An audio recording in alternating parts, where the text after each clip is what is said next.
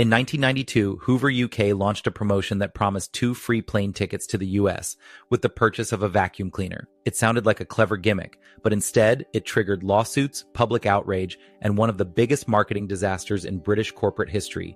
In the next 15 minutes, we'll unpack how a struggling brand tried to buy back its reputation with airline miles and nearly erased itself from the map. This is a true story of arrogance, miscalculation, and the hidden cost of free. For much of the 20th century, Hoover wasn't just a brand in Britain, it was the brand. So dominant, in fact, that to hoover became a verb, synonymous with vacuuming. Ask any British household in the post-war years, and odds are they had a Hoover in the cupboard. The company had built a sterling reputation through decades of reliable products, savvy marketing, and cultural presence. It was the gold standard in domestic appliances, not just for vacuum cleaners, but also for washers, dryers, and beyond. Hoover was considered safe, sensible, and solid, a cornerstone of British middle-class life. But that legacy also made the fall even more spectacular. By the late 1980s, Hoover's once ironclad dominance was cracking. A flood of cheaper imports from Europe and Asia had begun to undercut Hoover's market share. These new players brought more affordable, compact, and often more stylish alternatives to the table, and British consumers were starting to notice. On top of that, the broader UK economy was faltering. Recessions and rising unemployment hit consumer spending hard. People were putting off big purchases, and loyalty to legacy brands wasn't what it used to be. Hoover's products were still solid, but they felt stale. Sales dropped, shelves piled up, and in boardrooms the mood shifted from calm confidence to quiet panic. Behind the scenes, pressure was mounting fast. Hoover UK had been acquired by the American appliance giant Maytag in the mid-1980s. And now that parent company wanted results. Fast. Maytag executives in the US were growing impatient with the sluggish performance of their British division.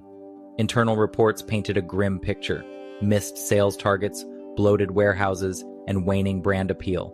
In response, the UK leadership scrambled to find solutions. But corporate culture was rigid. Decisions were driven more by quarterly earnings than long-term strategy. As losses deepened, so did desperation. And that's when someone floated a bold, maybe too bold, idea. Faced with growing inventories and declining relevance, Hoover's UK marketing team was told to think big, to do something bold, something that would stop the bleeding. The goal was twofold: grab public attention and move stock, fast. As they brainstormed, they drew inspiration from smaller-scale airline promotions that had offered flights as purchase incentives. Nothing extravagant, just short-haul European destinations. But what if Hoover took that idea further, much further? What if, instead of a modest voucher, they offered something people couldn't resist? That spark, part genius, part madness, lit the fuse.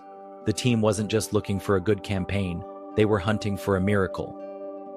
In 1992, Hoover UK rolled out what they thought was a clever, low-risk sales gimmick. Buy any Hoover product worth more than $100, and you'd get 2 free round-trip tickets to the United States. Not a discount, not a raffle. 2 actual transatlantic flights, no strings attached, at least on the surface. The company partnered with a little-known travel agency called JSI Travel to handle the logistics. Internally, Hoover believed the real-world uptake would be minimal. They assumed only a small percentage of buyers would jump through the hoops required to redeem the offer. The campaign, they figured, would boost sales and shift inventory without actually having to fly many people anywhere. But they were wrong. Hoover's confidence wasn't entirely unfounded, at least not from a marketing theory perspective. The flight redemption process was deliberately complex. Customers had to make the purchase, register within a specific time frame, then wait for further instructions. Next came selecting from limited travel windows with strict blackout dates and a requirement to choose multiple preferred airports and dates. And if one leg didn't match Hoover's criteria, the whole thing was invalid. The team believed this bureaucracy would weed out all but the most persistent. In short, they expected most people to give up halfway, while still having bought the product. It looked airtight on paper, but they'd underestimated just how determined consumers can be when a free trip to America is on the table. Hoover didn't go national right away. The campaign launched quietly, with modest ads in British tabloids and local newspapers, mostly around Manchester and Leeds. Early response was promising but not explosive. Sales ticked upward, management was pleased. So they did what most companies do when something seems to work. They doubled down. Soon, the offer was expanded to include 2 free tickets to select European cities as well. Now buyers had a choice: New York, Orlando, or flights to Rome, Paris, and beyond, just for buying a vacuum cleaner. Public interest surged, but the true tidal wave hadn't hit yet. What Hoover had set in motion was about to exceed even their most optimistic sales projections, and not in the way they hoped.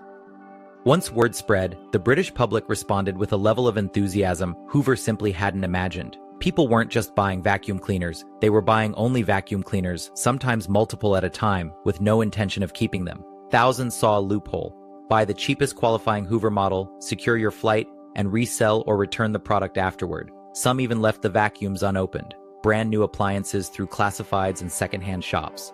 For many, it was cheaper to buy a $120 vacuum than to book even one round-trip flight to the US. The promotion had transformed from a clever marketing move into a nationwide travel hack, and Hoover had no idea how to control it. Rather than pump the brakes, Hoover hit the gas. Encouraged by the bump in sales and eager to hit ambitious revenue targets, executives expanded the offer nationwide. The decision seemed logical in the moment. More ads ran, more stores participated, more stock moved. But behind the scenes, chaos was setting in. Hoover's warehouses were suddenly overwhelmed with orders. Their logistics partners couldn't keep up, and JSI Travel, the third-party agency handling flight bookings, began drowning in redemption requests. What was supposed to be a limited-time incentive became a full-blown national frenzy. Every vacuum shipped brought with it a looming liability worth hundreds in airfare. Hoover's projections had been off by miles, and now the numbers were catching up. By mid-1993, Hoover's promotion had spiraled so far beyond its original scope that the infrastructure simply couldn't cope. JSI Travel, the modest agency tasked with handling the redemption process, was completely overwhelmed. They had neither the staffing nor the systems to manage tens of thousands of bookings. Phone lines jammed. Letters went unanswered. Customers waited months for responses, only to be told their preferred travel dates were unavailable, or that they hadn't followed the fine print correctly. Meanwhile, Hoover's own customer service lines became war zones. Angry buyers demanded answers. Refund requests piled up. The company had promised something extraordinary, and now it couldn't deliver. What was supposed to boost Hoover's image was quickly destroying its credibility. It didn't take long for the British tabloids to catch the scent of scandal. Papers like The Sun and Daily Mail jumped on the story with glee, running screaming headlines like Flight Fright and Hoover's Holiday Hell. Journalists interviewed furious customers who felt cheated and betrayed. Stories surfaced of families who had spent hundreds on Hoover products, only to receive vague letters or be stonewalled entirely. It was the kind of story the press lived for, a trusted national brand, promising dream vacations and delivering nightmares instead. Suddenly, what started as a promotional hiccup was front-page news. The media wasn't just reporting, it was fueling public anger and giving disillusioned customers a megaphone. The publicity floodgates opened, and public frustration turned into a tidal wave. Call-in radio shows were flooded with horror stories. Customers who booked time off work only to be left without flights, or who bought vacuums on credit and never received a ticket. Daytime television segments picked up the theme, further fanning the flames. People weren't just annoyed, they felt duped. Consumer protection agencies began receiving complaints in droves. Hoover's PR team struggled to keep up, issuing vague apologies while avoiding direct blame. But the more they tried to control the story, the more it slipped from their hands. The trust Hoover had built over decades was evaporating, and fast. Soon, angry customers stopped waiting for answers and started demanding justice. Thousands began legal proceedings against Hoover, ranging from small claims to group lawsuits. Law firms smelled opportunity. Politicians took notice. The issue even made its way into Parliament, with members raising questions about corporate accountability and misleading advertising. Trading standards officers launched investigations into whether Hoover had violated consumer protection laws. Internally, alarms were ringing, and externally, the company faced mounting legal fees, regulatory scrutiny, and growing public hostility. What had begun as a marketing stunt was now a national legal spectacle. Hoover wasn't just losing money, it was losing control of its own fate. Behind closed doors, Hoover UK was in full-blown crisis mode. The executive suite fractured under the pressure. Accusations flew. Some believed the marketing team had overreached. Others blamed upper management for rubber-stamping a plan they never understood. Several senior leaders resigned or were forced out. Morale collapsed across departments. Meanwhile, Maytag, Hoover's American parent company, could no longer ignore the disaster unfolding across the Atlantic. What had once been dismissed as just a UK issue was now threatening to damage Maytag's global brand. They stepped in with emergency leadership, desperate to contain the fallout. But by that point, the damage was no longer theoretical. It was financial, reputational, and irreversible. In a last-ditch effort to contain the damage, Hoover tried to tighten the terms of the promotion. They began sending out rejection letters en masse, citing minor technicalities, missed deadlines, incomplete paperwork, invalid travel dates. Their goal was to disqualify as many claims as legally possible and reduce the ballooning cost. But this only enraged customers further. People who followed the process to the letter now felt insulted and deceived. What could have been seen as incompetence started to look like outright fraud. Legal complaints surged. Consumer advocates accused Hoover of deliberately designing a system to avoid honoring its promises. Instead of calming the storm, the company had just poured fuel on it. By the time Hoover commissioned an internal audit, the results were terrifying. The liability tied to the flights was estimated to exceed $50 million, and that was a conservative guess. Redemption costs, legal bills, and customer service expansions were bleeding the company dry. Executives at Maytag in the US were now in full-blown damage control. Investors were furious. Analysts began citing Hoover in lectures and boardrooms as a textbook case of how not to run a promotion. What had started as a clever way to boost revenue was now a catastrophic failure, costing far more than Hoover had ever earned from the sales spike. And worse, it wasn't just money that was vanishing, it was trust. By late 1993, Hoover's name in the UK was toxic.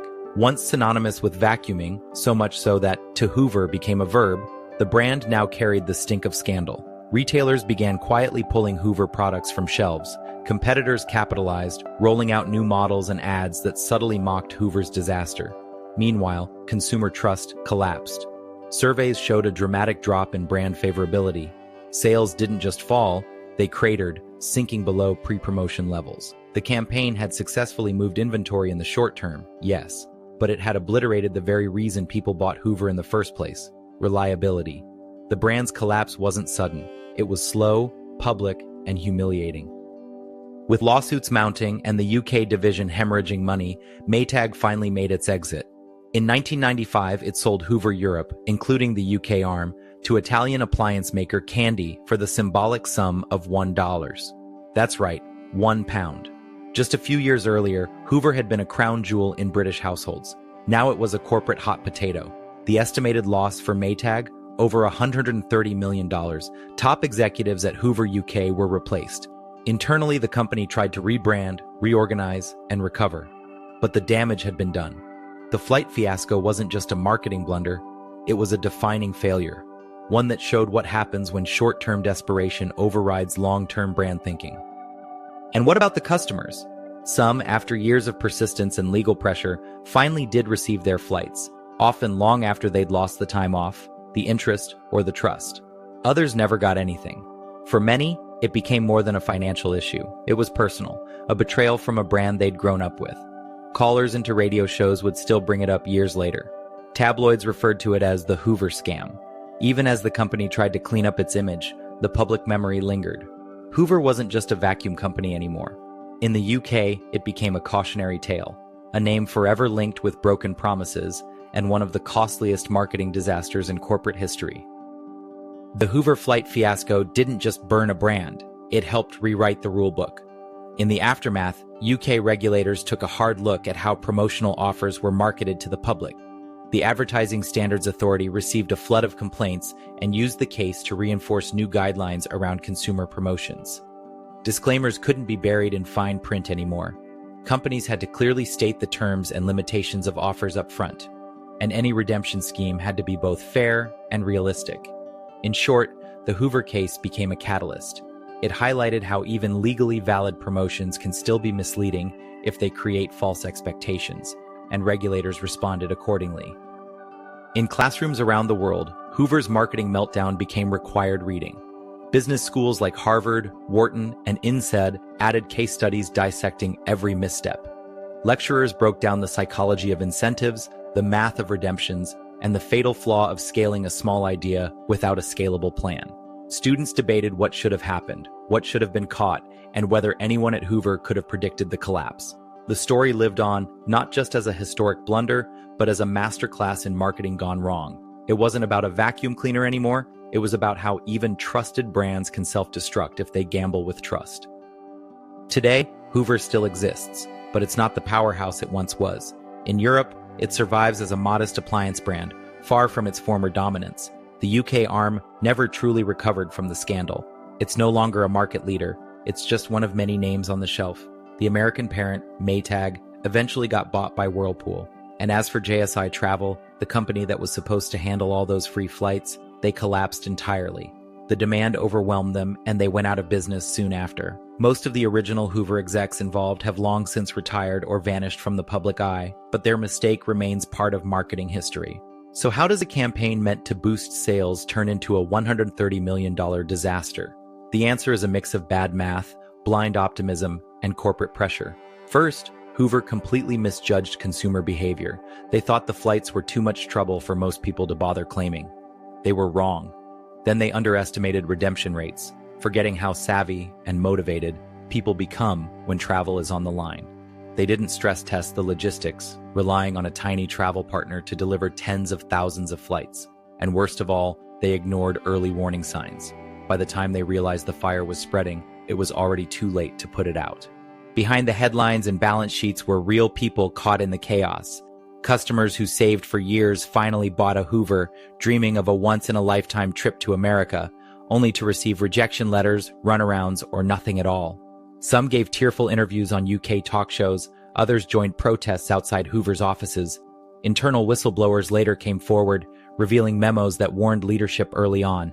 The numbers didn't add up, the travel agency couldn't cope, and the public backlash would be severe. One employee later said, "We knew this would blow up," and it did. It wasn't just a failed promotion, it was a betrayal, multiplied thousands of times over. The Hoover disaster feels almost quaint, until you realize it's still happening in new forms. From the Fire Festival to startup vaporware, companies today still overpromise, hoping the spotlight of hype will outshine the details. But the pattern is the same: desperation for attention, flawed logistics, and a disregard for consequences. The Hoover case reminds us that trust isn't a marketing tactic, it's an asset, built slowly, lost instantly. And once the public feels cheated, no offer, apology, or rebrand can fully rebuild what's been broken. It's a lesson every marketer, founder, and executive should remember. Credibility isn't a tool, it's the product. And maybe that's the real cautionary tale here. Not just about marketing gone wrong, but about what happens when companies treat trust like it's disposable. Hoover's collapse didn't just come from bad math or chaotic logistics. It came from forgetting that people remember how they're treated. A brand might survive a bad product, but once it loses its credibility, the damage can echo for decades. If you found this story thought-provoking, take a moment to subscribe and hit the like button, not just because it helps the channel, but because stories like this are worth remembering, and I'd love to hear what you think. Have you ever felt misled by a brand, like you were promised something that never came? And do you think modern companies have actually learned from cases like Hoover?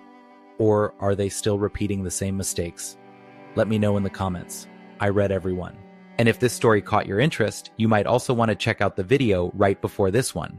It's about Walmart's quiet transformation of rural America, how it promised savings, delivered convenience, and quietly dismantled local economies in the process. The link is right here at the end. See you there.